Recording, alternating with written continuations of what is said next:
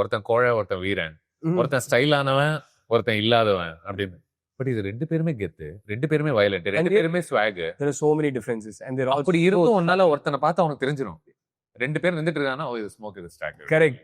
திரிச்சிட்டா அதெல்லாம் பயங்கர high level of skill.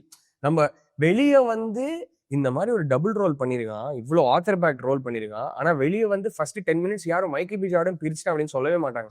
அவ்வளவு நல்ல பெர்ஃபார்மன்ஸ், அவ்வளவு நல்ல பெர்ஃபார்மன்ஸ். வெளில வந்து சொன்னாலே அதுல ஏதோ கொஞ்சம் ஒரு ஷோமன்ஷிப் இருக்குன்னு தான் அர்த்தம்.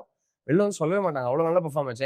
But yeah, going back to your question, I think sometimes you develop a certain comfort with people you work with where you feel like it's very, அவங்களோட கம்யூனிகேட் பண்ணது ரொம்ப ஈஸின்னு தோணும் நமக்கு. ஏன்னா ஒரு வேவ் லெங்த் மேட்ச் இருக்கும், இல்லை நம்ம பேசுறத கரெக்டாக புரிஞ்சுப்பாங்க, புரிஞ்சுக்க வேண்டிய விஷயத்த புரிஞ்சுப்பாங்க, கரெக்டான விதத்தில் புரிஞ்சுப்பாங்க.